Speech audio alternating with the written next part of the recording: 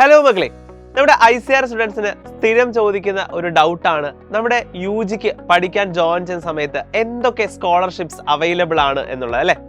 So generally നമ്മൾ UGക്ക് join ചെയ്യുന്ന സമയത്ത് ത്രൂ ICAR വഴിയാണ് നിങ്ങൾ ജോയിൻ ചെയ്യുന്നതെങ്കിൽ if you are studying other than from your home state, അതായത് നിങ്ങളിപ്പോൾ കേരളത്തിലെ സ്റ്റുഡൻ്റ് ആണെങ്കിൽ, കേരളത്തിൽ നിന്നുള്ള സ്റ്റുഡൻ്റ് ആണെങ്കിൽ കേരളമല്ലാതെ മറ്റേതെങ്കിലും ഒരു സ്റ്റേറ്റിലാണ് നിങ്ങൾ ജോയിൻ ചെയ്യുന്നത് എന്നുണ്ടെങ്കിൽ, ഫോർ എക്സാമ്പിൾ കേരളത്തിൽ നിന്നുള്ള ഒരു കുട്ടി US ബാംഗ്ലൂരിൽ ജോയിൻ ചെയ്യുന്നു.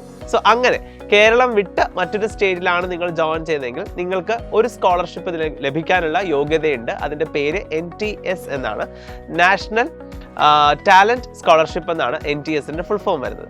സോ ഈ ഒരു സ്കോളർഷിപ്പ് വളരെ വലിയൊരു എമൗണ്ട് അല്ലെങ്കിലും ഏകദേശം ഒരു 4000 റേഞ്ചിൽ വരുന്ന ഒരു സ്കോളർഷിപ്പ് എമൗണ്ട് ആണ് നിങ്ങൾക്ക് മന്ത്ലി ലഭിക്കാനായിട്ട് പോകുന്നത്. അപ്പോൾ ഈ ഒരു സ്കോളർഷിപ്പ് നിങ്ങൾക്ക് ICAR ത്രൂ അഡ്മിഷൻ എടുത്താൽ മാത്രം ലഭിക്കുന്നതാണ്. എന്നാൽ ചില യൂണിവേഴ്സിറ്റിയായിട്ടുള്ള ചില മാനദണ്ഡങ്ങൾ വെച്ചുകൊണ്ട് തന്നെ വേറെയും സ്കോളർഷിപ്സ് കൊടുക്കുന്നുണ്ട്. അത് യൂണിവേഴ്സിറ്റി ബേസ്ഡ് ആണ്, അല്ലാതെ അത് ICAR ത്രൂ അല്ലെങ്കിൽ ICAR വഴി ലഭിക്കുന്ന ഒരു നാഷണൽ ലെവൽ സ്കോളർഷിപ്സ് അല്ല. അപ്പോൾ ജനറലി പറയുമ്പോൾ നമുക്ക് ഈ NTS മാത്രമാണ് ഒരു UG ലെവലിൽ ICAR ത്രൂ നിങ്ങൾ ജോയിൻ ചെയ്യുമ്പോൾ നിങ്ങൾക്ക് ലഭിക്കാനായിട്ട് പോകുന്നത്. അതും കണ്ടീഷൻ ഉണ്ട്, സ്റ്റേറ്റ് വിട്ട് മറ്റൊരു സ്റ്റേറ്റിൽ തന്നെ ജോയിൻ ചെയ്യണം. അപ്പോൾ ഇതാണ് ആദ്യമായിട്ട് പറയാനുള്ളത്. ഇനി UG കഴിഞ്ഞ് നിങ്ങൾ PGയിലേക്ക് പോകുന്ന സമയത്ത് സ്വാഭാവികമായിട്ടും നമുക്ക് ഏകദേശം 20ഓളം ഡിസിപ്ലിൻസ് അതിനകത്തുണ്ട്.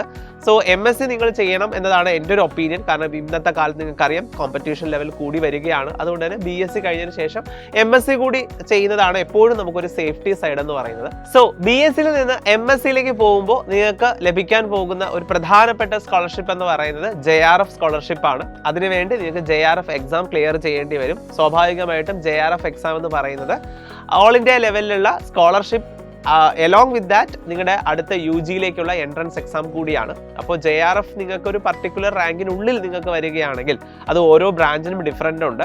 സോ ആ ഒരു പർട്ടിക്കുലർ നമ്പേഴ്സിന് ഉള്ളിൽ നിങ്ങൾ വരികയാണെങ്കിൽ നിങ്ങൾക്ക് അഡ്മിഷനും ലഭിക്കും, ഒപ്പം JRF സ്കോളർഷിപ്പും ലഭിക്കും. അതൊരു നല്ലൊരു എമൗണ്ട് തന്നെ നിങ്ങൾക്ക് മന്ത്ലി ലഭിക്കുന്നതായിരിക്കും. അത് കഴിഞ്ഞിട്ട് നിങ്ങൾ SRF എക്സാം ക്ലിയർ ചെയ്ത് കഴിഞ്ഞാൽ സീനിയർ റിസർച്ച് ഫെലോഷിപ്പ്, JRF എന്ന് പറയുന്നത് ജൂനിയർ റിസർച്ച് ഫെലോഷിപ്പ് ആണ്. അത് കഴിഞ്ഞ് SRF എക്സാമിനേഷൻ ഉണ്ട്, ICARൻ്റെ തന്നെ. ICARൻ്റെ SRF എക്സാമിനേഷൻ നിങ്ങൾ ക്ലിയർ ചെയ്ത് കഴിഞ്ഞാൽ നിങ്ങൾക്ക് PhDക്ക് ജോയിൻ ചെയ്യാം.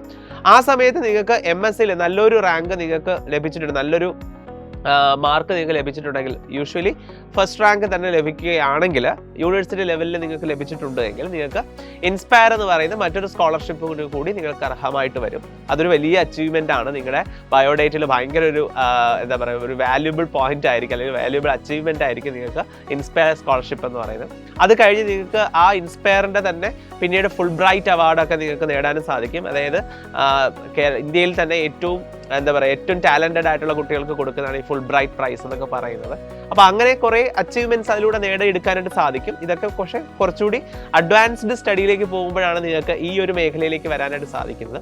ഇതുകൂടാതെ ഒരുപാട് ജോബ് ഓപ്പർച്യൂണിറ്റീസിനെ കുറിച്ചും പറയാനുണ്ട്. സോ അതിനെക്കുറിച്ചുള്ള ഡീറ്റെയിൽ വീഡിയോ ആയിട്ട് ഞാൻ വീണ്ടും വരുന്നതായിരിക്കും. So till then bye.